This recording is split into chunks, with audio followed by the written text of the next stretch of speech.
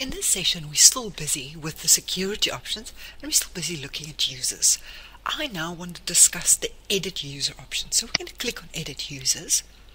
You can't change the staff code, but you can change all the other detail or add detail to this. You can change the password. If the user comes to you and say he or she's forgotten their password, the supervisor can actually come here and override the password. The supervisor will not be able to see what the previous password was, but they can override it. You can force a next change or a password change, or force it in 30 days time, or force it on the next login. You can switch on or off the classic menu option, and you can also say that this user must enter their PIN continuously. But what I want to discuss here is the detail email setup. In other words, you can now allocate the detail option per user.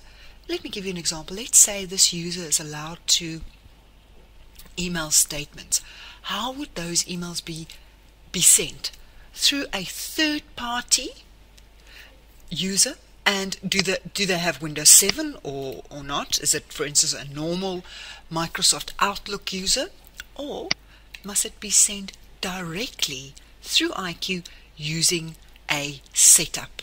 In other words, a SMTP server setup that you've already created. Now, if you want more detail on this email setup option, please go and look at the session that is under module parameters. I'm going to click specifying it must be indirect, and then I say accept, and then you can accept. That concludes how to edit a user.